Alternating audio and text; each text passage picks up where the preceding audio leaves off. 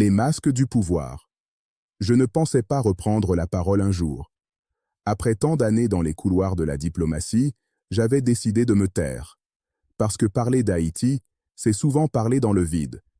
Mais aujourd'hui, je sens que le silence est devenu une forme de complicité. Alors je parle. Pas comme un politicien, pas comme un analyste, mais comme un homme qui a vu ce que la plupart refusent de voir. Les coulisses de la diplomatie. Pendant près de 20 ans, j'ai travaillé avec des délégations internationales. J'ai vu les visages derrière les discours. J'ai entendu les promesses dites à voix basse et les menaces voilées derrière les sourires. La politique internationale n'est pas une question de morale, c'est une question de stratégie. Et Haïti, depuis toujours, n'est pas un pays à protéger, c'est une carte à jouer. Chaque crise devient une opportunité pour quelqu'un. Chaque chaos alimente une table de négociation. Et chaque élection sert à maintenir l'illusion que tout est sous contrôle. Je me souviens d'une réunion à Washington. On parlait déjà d'Haïti, encore. Un responsable disait « Nous devons encourager la stabilité dans la région ». Mais entre les lignes, ce qu'il voulait dire, c'était « Nous devons protéger nos intérêts ». L'argent comme moteur du chaos. On parle aujourd'hui de dizaines de millions de dollars pour organiser des élections. Des fonds d'aide, des promesses, des prêts, des programmes. Mais personne ne parle jamais de ce qui arrive à cet argent. Tu veux savoir la vérité? La plupart de ces fonds ne quittent jamais les banques étrangères. Ils transitent par des agences, des ONG, des consultants, et moins de 15% arrivent réellement dans le pays. Ce qu'on appelle aide, ce n'est pas une main tendue. C'est une boucle fermée d'intérêts et de commissions. Et les élections sont le prétexte parfait pour faire circuler cet argent. On commande des urnes, des affiches, des systèmes électroniques, des campagnes de communication, tout fabriqué ailleurs, rarement ici. Haïti paye pour sa démocratie en devises étrangères. Les acteurs de l'ombre. Mais l'argent, ce n'est que la surface. Le vrai pouvoir se joue ailleurs. Derrière chaque décision politique, il y a un ambassadeur, un représentant spécial, un lobbyiste. Les pays qui poussent à ces élections le savent très bien. Ils n'ont pas besoin d'un président fort. Ils ont besoin d'un président malléable. Quelqu'un qui signe vite. Quelqu'un qui remercie poliment. Quelqu'un qui n'exige rien. Alors, on finance des campagnes, on forme des conseillers, on suggère des noms. Et à la fin, on nous fait croire que le peuple a choisi. Mais en réalité, le choix était déjà écrit depuis longtemps. Le poids du silence. Tu veux savoir pourquoi les diplomates sourient toujours? Parce qu'ils savent que la vérité ne sert à rien s'il n'y a pas d'intérêt derrière. J'ai appris ça à mes dépens. Quand j'ai voulu défendre une position ferme pour Haïti, on m'a rappelé à l'ordre. Poliment. On m'a dit, tu fais de la politique, pas de la morale. Mais c'est justement ça, le problème. On a remplacé la conscience par la convenance. Et c'est pour ça qu'aujourd'hui, le pays s'effondre dans un silence diplomatique assourdissant. Tout le monde sait que ces élections sont impossibles. Mais personne ne veut être celui qui dira non.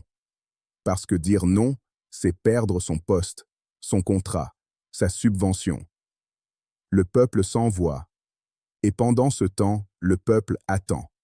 Toujours. Il attend une parole sincère, une décision juste, une main propre. Mais tout ce qu'il reçoit, c'est des discours copiés, traduits, réchauffés. Des mots comme transition, consensus, inclusion. Des mots creux. Des mots qui ne nourrissent personne. J'ai vu des responsables étrangers parler de liberté démocratique, pendant que, dehors, des civils étaient enlevés à quelques mètres. J'ai vu des conférences de presse avec des sourires, des drapeaux, des photos, pendant que des familles fuyaient sous les balles à Cité Soleil. Et je me suis dit, le monde ne nous regarde pas, il se regarde par-dessus nous. Le prix du spectacle. Les élections haïtiennes sont devenues un business international. Chaque cycle ramène les mêmes visages, les mêmes promesses, les mêmes échecs. On imprime des affiches, on installe des bureaux de vote, on parle de « nouvelle ère démocratique ». Et 6 mois plus tard, tout recommence. Parce que le problème n'est pas le peuple. Le problème, c'est que personne ne veut vraiment que ça change. Un Haïti stable, c'est un Haïti moins dépendant. Et un Haïti moins dépendant, c'est un Haïti moins rentable. Alors, on maintient le désordre. Pas trop, pas assez. Juste ce qu'il faut. Assez de peur pour contrôler. Assez d'espoir pour recommencer. Un pays sous contrat.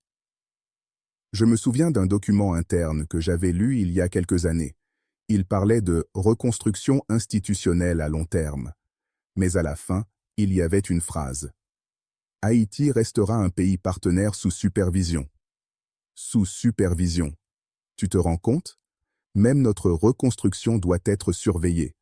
Notre démocratie doit être autorisée. Notre voix doit être validée. C'est pour ça que je dis, les élections qui s'annoncent ne sont pas pour le peuple. Elles sont pour l'image, pour la photo dans les journaux, pour le communiqué qui dira « mission accomplie ». L'échec collectif. Mais ce n'est pas seulement la faute des étrangers. Non, nous avons aussi nos coupables. Nos élites, nos leaders, ces gens qui vivent du système plutôt que de le changer. Ils crient « souveraineté », mais ils vendent le pays par morceaux. Ils disent « le peuple d'abord », mais ils voyagent en première classe pour parler du peuple qui meurt dans les rues. Nous avons accepté la dépendance comme une habitude. Nous avons troqué la dignité contre des subventions. Et aujourd'hui, nous payons le prix. Un pays sans direction, sans confiance, sans vérité. L'appel à la lucidité. Moi, je ne crois pas aux élections de façade. Je crois à la reconstruction morale. Je crois que le premier vote qu'on doit faire, c'est celui du respect. Respect pour la vie.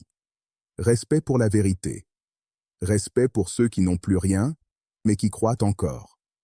Parce que si le monde nous regarde comme un pays perdu, alors prouvons-lui qu'on peut se relever sans tricher.